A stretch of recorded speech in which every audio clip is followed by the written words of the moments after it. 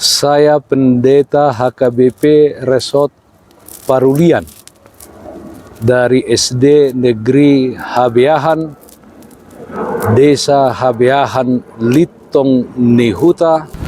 Saya menyapa Bapak Ibu serta saudara-saudara sekalian, salam sejahtera bagi kita semua. Sebelum kita mendengar dan merenungkan firman Tuhan di pagi hari ini, marilah kita berdoa. Berfirmanlah ya Tuhan, hati dan pikiran telah kami siapkan untuk disapa firman-Mu. Amin. Firman Tuhan yang menjadi sumber kekuatan dan sukacita bagi kita dalam melaksanakan aktivitas kita satu hari ini, Jumat 15 Juli 2022, tertulis dalam Keluaran 32 ayat 26, demikian firman Tuhan. Maka berdirilah Musa di pintu gerbang perkemahan itu serta berkata, siapa yang memihak kepada Tuhan, datanglah kepadaku. Lalu berkumpullah kepadanya seluruh Bani Lewi. Hiduplah memihak kepada Tuhan.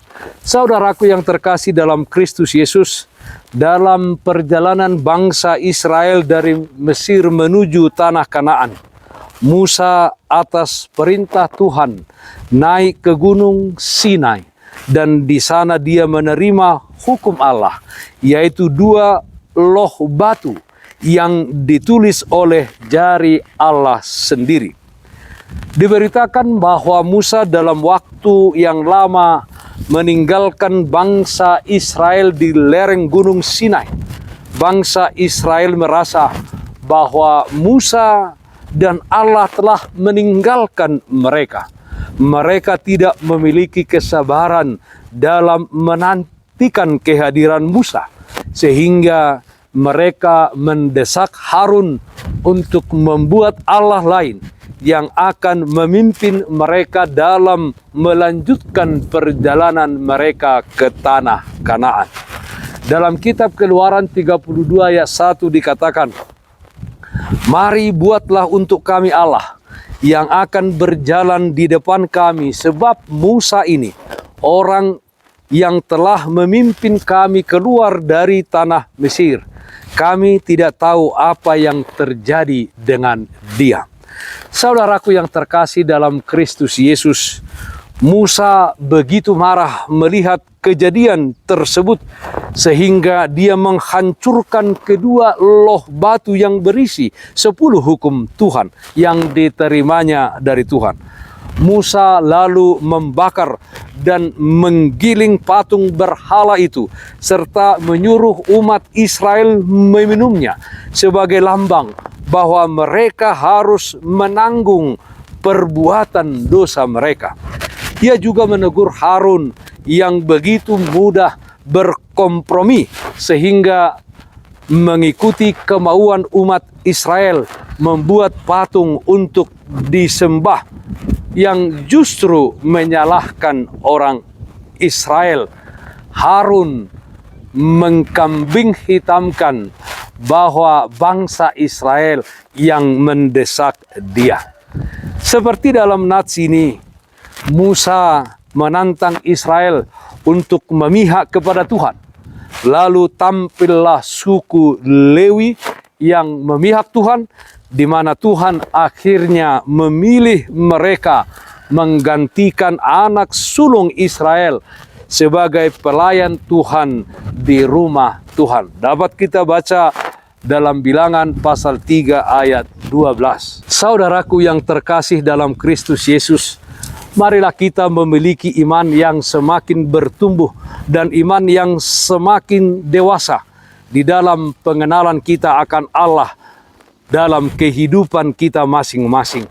Mungkin ada sesuatu hal yang sudah lama kita doakan, namun sampai sekarang belum terjawab dan belum terjadi di dalam kehidupan kita.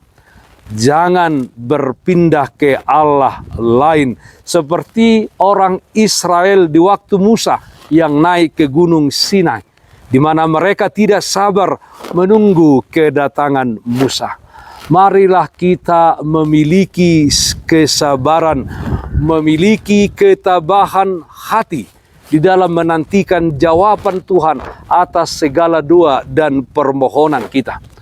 Apapun yang terjadi di dalam kehidupan ini, tetaplah kita memihak kepada Tuhan, memihak kepada hukum dan firman Tuhan di dalam kehidupan kita.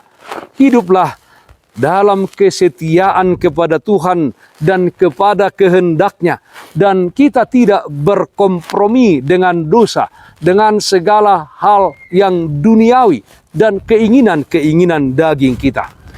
Dan janganlah saudara-saudara kita mencari jalan yang bertentangan dengan kehendak Tuhan.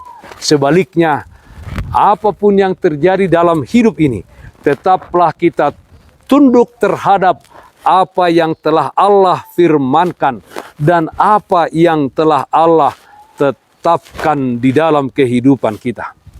Hiduplah memihak kepada Tuhan. Amin. Mari kita nyanyikan buku ND 701 ayat 3, Tuho doa marpadan. Padanmu ale Jesus, tu akaruasmi, luhut do toguonmu, tu hasangaponmi, padaku pe o Jesus, satia au Tuho, sai pargugoy maau, lau mangihuton ho. Marilah kita berdoa. Ialah Bapa kami dalam surga, terpujilah namamu, di mana Tuhan memelihara dan menyertai kami di dalam hidup kami di tengah-tengah dunia ini.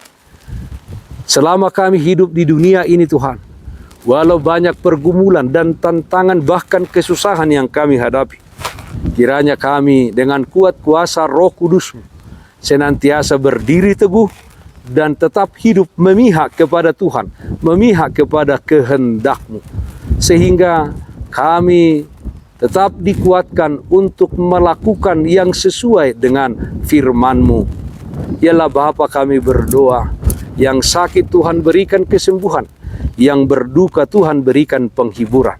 Dalam satu hari ini, kami berdoa Tuhan hadir, memberkati dan menguatkan kami di dalam setiap aktivitas kami. Terpujilah namamu, hari ini kekal sampai selama-lamanya. Amin.